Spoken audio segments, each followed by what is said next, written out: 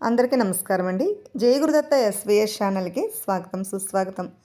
శ్రీ షిరిడి సాయినాథుని లీలల్లో ఈ రోజున శ్రీ సాయినాథుని యొక్క జనన కథనాన్ని విందాం. శ్రీమద్ అఖిలాండకోటి బ్రహ్మాండ నాయకుడైన శ్రీ సాయిబాబా వారు పత్రి అనే గ్రామంలో ప్రభవించారని, బాల్యంలోనే ఒక ఫకీరుకు అప్పగించారని, కొంతకాలం తర్వాత సేలు గ్రామంలోని వెంకూస అనే సద్గురువును కలిసి వారి సాహచర్యం వల్ల సమస్త శక్తులను పొంది షిరిడి గ్రామంలో శ్రీ చరణం మోపారని ఒకానొక కథ ప్రచారంలో ఉంది. ఈ కథను మొట్టమొదటిసారిగా ప్రకటించినవాడు మహారాష్ట్రలోని ప్రముఖ హరిదాసు, శ్రీ సాయిలీలా ప్రచారకుడు అయిన దాసగనుడే కావటం వల్ల అనేక మంది దాన్ని విశ్వసించక తప్పలేదు. ఆ విశ్వాసంతోటే పత్రి గ్రామ సముద్భూతం వంటి అష్టకాలు వగేరాలన్నీ కూడా రచించబడ్డాయి. కానీ కొన్ని సందర్భాల్లో శ్రీ సాయిబాబా, నేను సేలు నుంచి షిరిడి వచ్చాను, నా గురువు పేరు వెంకూస అని తనతో చెప్పిన మొక్కలను బట్టి శ్రీ సాయి జన్మరహస్య గాథను తానే స్వయంగా కల్పించారని, ఇది కట్టుకథే తప్ప యథార్థమనేందుకు ఏదైనా ఆధారాలు లేవని, అదే దాసగను అంగీకరించడం జరిగిందని గురుస్థానీయులైన శ్రీ ఎక్కిరాల భరద్వాజరాజు గారు తన రచనలో బాహాటంగా ప్రకటించారు. అదీ కాక శ్రీ బాబా సాయి చరణానందంతో తన గురువు పేరు రోషన్సా అని, హెచ్వి సాటేతో ఏదోషా అని చెప్పారట. ఏది ఏమైనా ఒక విషయాన్ని చెప్పినవాడే తను చెప్పింది అబద్ధమని, కల్పన అని ఒప్పుకుంటుంటే దానిని నమ్మేవారు ఎవరు ఉండరు కదా. కానీ ఈ ఆలోచనలన్నింటికీ పూర్వవాదం చేసే ఒకానొక వినూత ఉదంతం ఇటీవలనే జరిగింది. కేవలం భారతదేశంలోనే కాక అఖిల ప్రపంచంలోనూ కూడా భగవానుగా ఆరాధించబడుతున్న శ్రీ భగవాన్ సత్యసాయిబాబా వారు 28/9/1990న శ్రీ షిరిడి సాయి జన్మను గురించి ఒక అద్భుతమైన విషయాన్ని ప్రకటించారు. శ్రీ స్వామి చెప్పింది ఏమిటంటే, నైజాం రాష్ట్రంలో మారుమూలనున్న కుగ్రామం పత్రి. ఆ పత్రి గ్రామంలో గంగా భవాధ్యుడు, దేవగిరమ్మ అనే దంపతులుండేవారు. దేవగిరమ్మ గౌరీ భక్తురాలు, ఆమె భర్త ఈశ్వర భక్తుడు. ఈ దంపతులిద్దరూ పార్వతీ పరమేశ్వరుల పూజను నిరంతరం చేస్తూనే ఉండేవారు. దేవగిరమ్మ భర్త గంగా భవాధ్యుడు పడవలు నడుపుకుంటూ తన జీవనయాత్రను గడుపుతూ ఉండేవాడు. వర్షాకాలం ఒకటి చేత, గంగ ఉప్పొంగుటి చేత గట్టున పడవలు కొట్టుకుని పోతాయేమో అని భార్యతో చెప్పి ఆనాటి రాత్రికి ఇంటికి రాకుండగా పడవలను భద్రంగా చూసుకుంటానని చెప్పేవాడు. భర్త కోరిక ప్రకారము 7 గంటలకే అతనికి భోజనం పెట్టి పంపించి తాను కూడా 7 గంటలకే భుజించింది. 9 గంటల సమయమందు తలుపు కొట్టిన శబ్దం వినబడి తన భర్త తిరిగి వచ్చాడేమో అని ఆతృతతో తాను పోయి తలుపును తెరిచింది దేవగిరమ్మ. పరమేశ్వరుడు దేవగిరమ్మకు ఏ విధంగా పరీక్షను పెట్టాడో తెలుసుకుందాం. ఎవరో ఒక వృద్ధుడు లోపలికి ప్రవేశించాడు.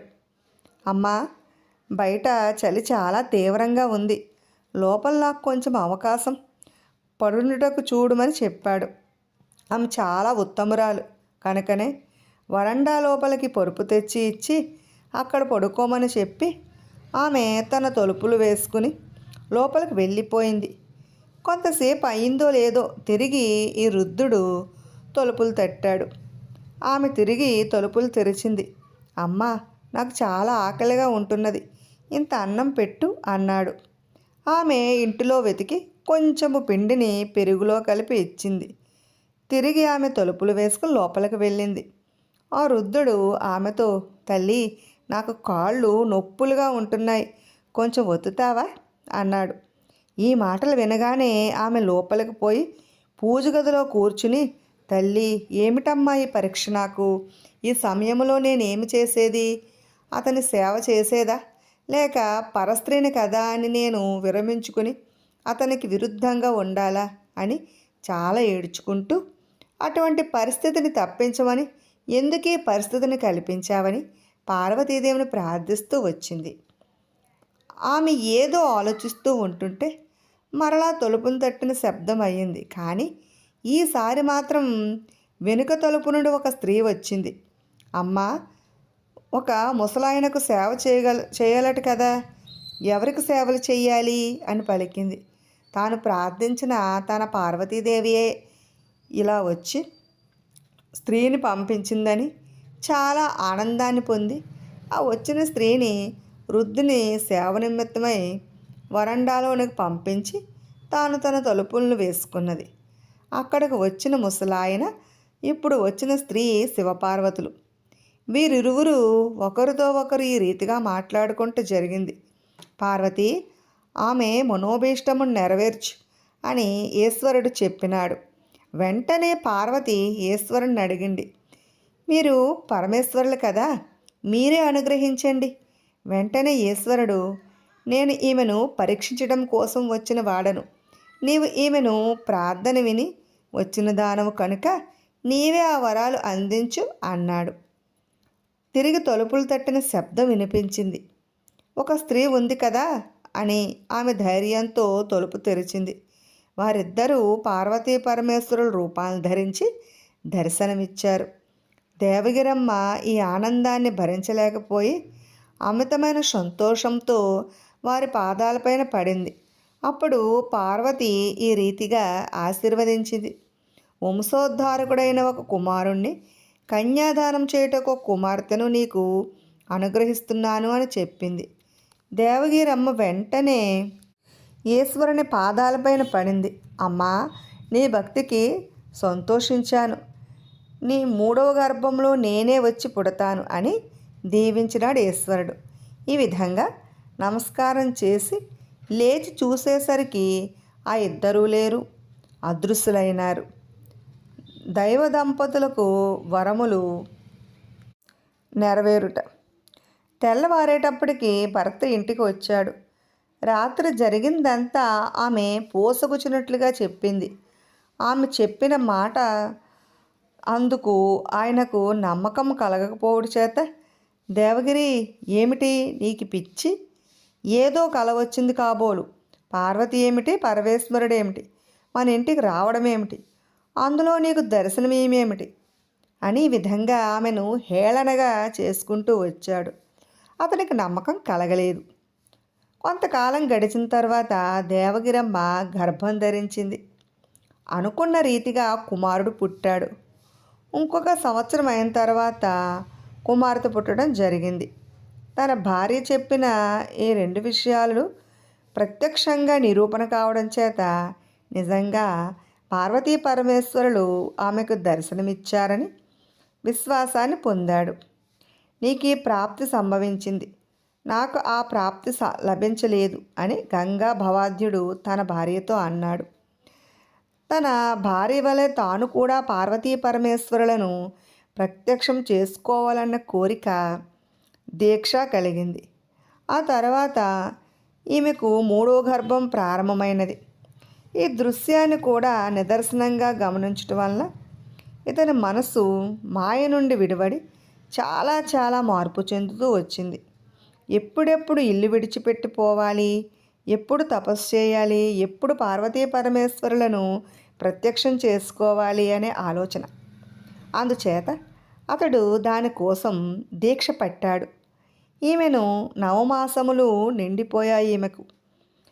ఆ సమయమందే నేను అరణ్యాలకు వెళ్ళిపోతానని భార్యతో చెప్పాడు. దేవగిరమ్మ కూడా భర్త వెంట బయలుదేరింది.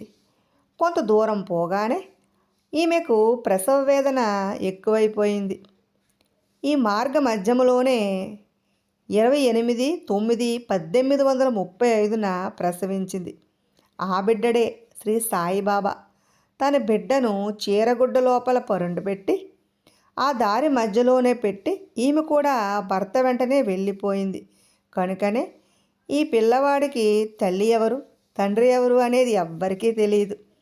ఆనాడు ఈ బిడ్డ ఒక ఫకీరుకు కనిపించుట చేత ఆ ఫకీరు ఆ పసిబిడ్డను తెచ్చుకున్నాడు. సుమారు 4 సంవత్సరాల పాటు అంటే 1830 దాకా ఆ పసిబిడ్డడు ఫకీర్ ఇంటనే పెరిగాడు. కానీ 4వ ఏట ఆ ఫకీరు తన భౌతిక దేహాన్ని చాలించడం జరిగింది.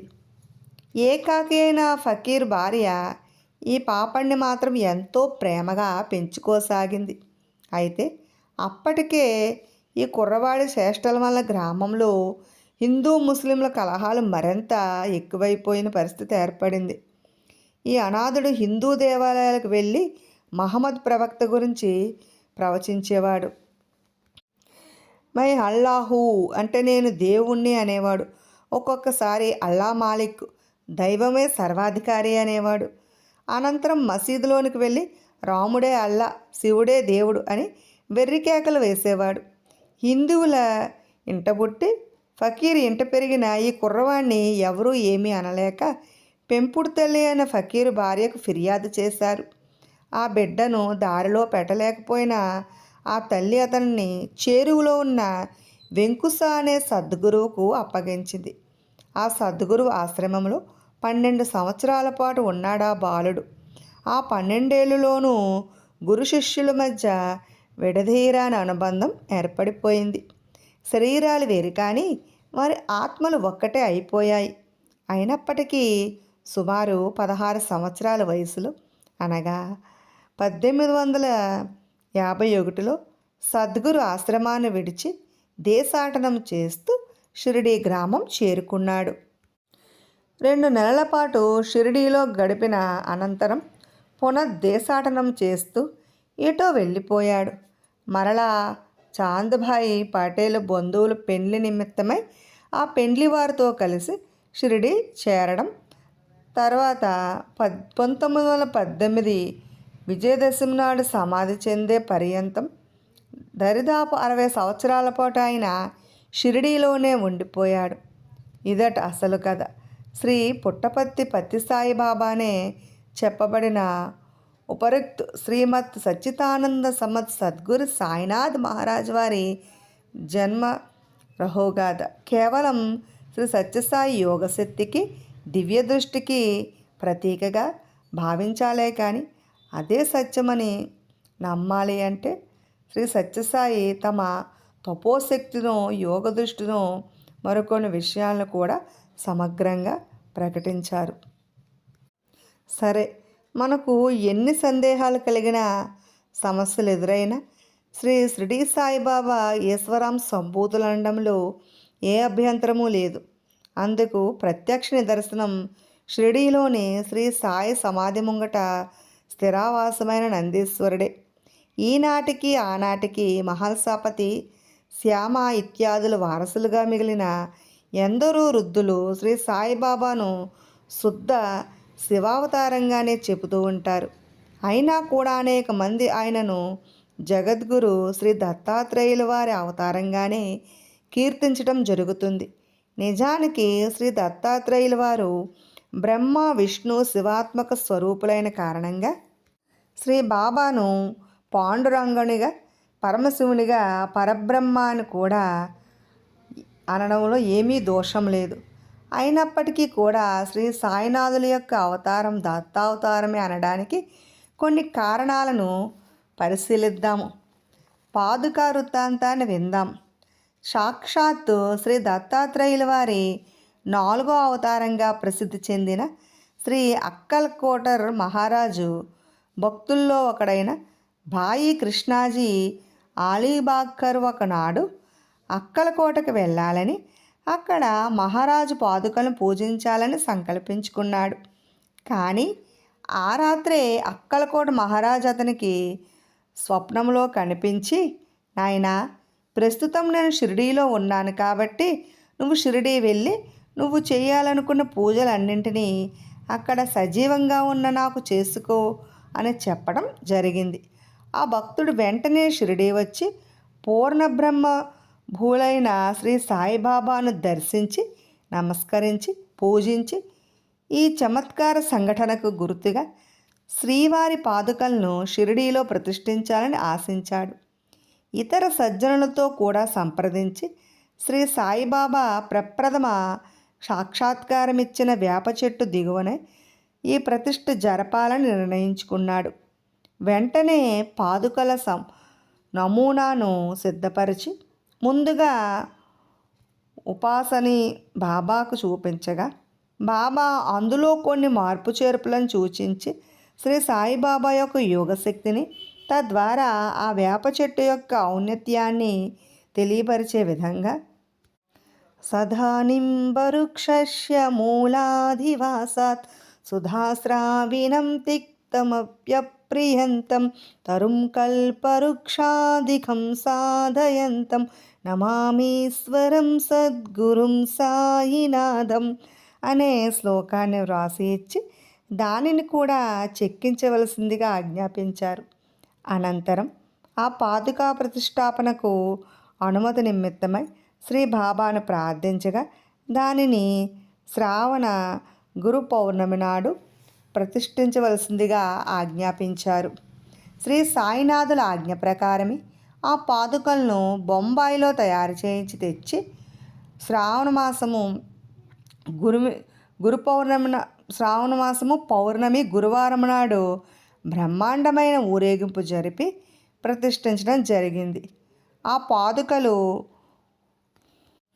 ఉపాసనీ బాబా రాసి ఇచ్చిన శ్లోకము, ఆ వేప చెట్టు కూడా ఈనాటికి భక్తుల సేవా పూజలు అందుకుంటూనే ఉన్నాయి. శ్రీ బాబా వాక్కు ప్రకారం షిరిడి యాత్రికులు ప్రతివారు కూడా ఈ వేప చెట్టుకు ప్రదక్షిణం చేసి పాదుకలకు ప్రణమిల్లుతూనే ఉన్నారు. గురు శుక్రవారాల్లో ఎవరైతే ఈ పాదుక స్థానాన్ని శుభ్రపరిచి పూజిస్తారో వారికి సర్వశుభాలు కలుగుతాయని శ్రీ సాయినాథులు ఏనాడో ఆశీర్వదించారు. అలాగే మరొక వృత్తాంతాన్ని విందాం. శ్రీ ఎండబ్ల్యూ ప్రధాని ఇంట్లో నిత్యము పూజలు చేసే దత్తోపాసకుడైన మాధవ్ భట్ అనే పూజారికి ఆ దంపతులు ఫకీరైన శ్రీ సాయిబాబాను పూజించడం ఏమాత్రము గిట్టేది కాదు. ఒకానొకసారి ప్రధాన్ కుమారునకు జ్వరం వచ్చింది. ఎన్ని మందులకు తగ్గలేదు. దానిపై మాధవ్ భట్ ముస్లిం ఫకీరైన సాయిని పూజించడం వల్లే ఈ జబ్బు వచ్చిందని చెప్పాడు. హిందూ దేవతల పూజలు ప్రారంభించాడు. కానీ ఆ రాత్రే శ్రీ సాయిబాబా తన కల్లోకే వచ్చి సట్కాను గీస్తూ హెచ్చరిస్తూ, ఏమనుకుంటున్నావు పంతులు, ఈ ఇంటికి యజమాని నేనే అని హెచ్చరించడం జరిగింది. మున్ముందా కలను లెక్క చేయకపోయినా అనంతరం తాను చేసిన దైవత జపాలన్నీ కూడా వృధా కావడంతో తన ఆశ్రమ రక్షణార్థమో మరే కారణమో కానీ ప్రధాన కుటుంబం వారు పూజించే శ్రీ సాయినాథుని పటం ముందు నిలిచి, ఓ సాయి, నువ్వే కనుక దత్తాత్రేయుడు అయితే ఈ ఇంటి బిడ్డ వ్యాధి అతి త్వరలో తగ్గిపోవాలని ప్రార్థించారు. అతను అలా ప్రార్థించింది ఆలస్యంగా ఆ కుర్రవానికి స్వస్థత కలగడం ప్రారంభించింది. అది మొదలు మాధవ్ భట్ శ్రీ సాయిని దత్తావతారంగానే ధ్యానించసాగాడు. ఒకసారి శ్రీ సాయిబాబా దర్బారు భక్త కోటితో కిటకిటలాడిపోతూ ఉంది. ఉన్నట్లుండి సాయి అమ్మా నొప్పి, అయ్యో నొప్పి అంటూ తమ గద్దె మీదనే విలవెల్లాడిపోయారు. భక్త కోటికి భయాందోళనలు భయాచార్యాలు కూడా కలిగాయి. శ్రీ సాయి దర్బారును అందరినీ బయటకు వెళ్ళిపోమన్నారు. బాబా గద్దెకు దర్బారుకు నడుమ అడ్డంగా ఒక దళసరి తెరగప్పి భక్తులు తప్పుకున్నారు. అయినా లోపల నుండి ప్రసవ వేదనలు వినిపిస్తూనే ఉన్నాయి. కాసేపటిలో ఆ ప్రసవ వేదనలు ఆగి శిశురోదనం వినిపించసాగింది. ఆశ్చర్యపోతూనే భక్తులు లోపలికి తొంగి చూడగా ఒక చిత్రం కనిపించింది. గద్దె మీద శ్రీ సాయిబాబా బదులు 6 భుజముల అవధూత ముమ్మూల మునురాయుడు అయిన దత్తాత్రేయుడు శిశు రూపంలో దర్శనమిచ్చాడు. ఈ వింతకు విస్తుబోయిన కొందరు భక్తులు ఇతరులను కూడా పిలుచుకుని వచ్చి మరీ చూపించారు. అందరూ పోగడటం, అంతలోనే బాలదత్తుని స్థానంలో పూర్వప్రకారం శ్రీ సాయిబాబా దర్శనమివ్వటము జరిగింది. ఈ చమత్కారం గురించి ప్రశ్నించిన వారితో శ్రీ సాయి, నొప్పులు పడిన తల్లి అనసూయను నేనే, ప్రసవించబడిన శిశుదత్తుణ్ణి నేనే అన్నారు. విన్నారు కదండి. రేపటి భాగంలో అనసూయ మహత్యాన్ని, గుళకరాలను గుగ్గిళ్ళుగా ఆమె ఎలా మార్చిందో విందాం. శ్రీ షిరిడి సాయినాథుని యొక్క లీలలను వినాలనుకుంటే ఫస్ట్ మా ఛానల్ని సబ్స్క్రైబ్ చేసుకోండి. అలాగే ప్రక్కనే ఉన్న బెల్ ఐకాన్ క్లిక్ చేయండి. మేము చేసిన వీడియోస్ నోటిఫికేషన్ కోసం బెల్ ఐకాన్ క్లిక్ చేయండి. అలాగే లైక్ చేయండి, షేర్ చేయండి, కామెంట్ కూడా చేయండి. మరిన్ని ఆసక్తికరమైన కథలు వినడం కోసం మా ఛానల్ని సబ్స్క్రైబ్ చేసుకోవడం మర్చిపోకండి. Thanks for watching.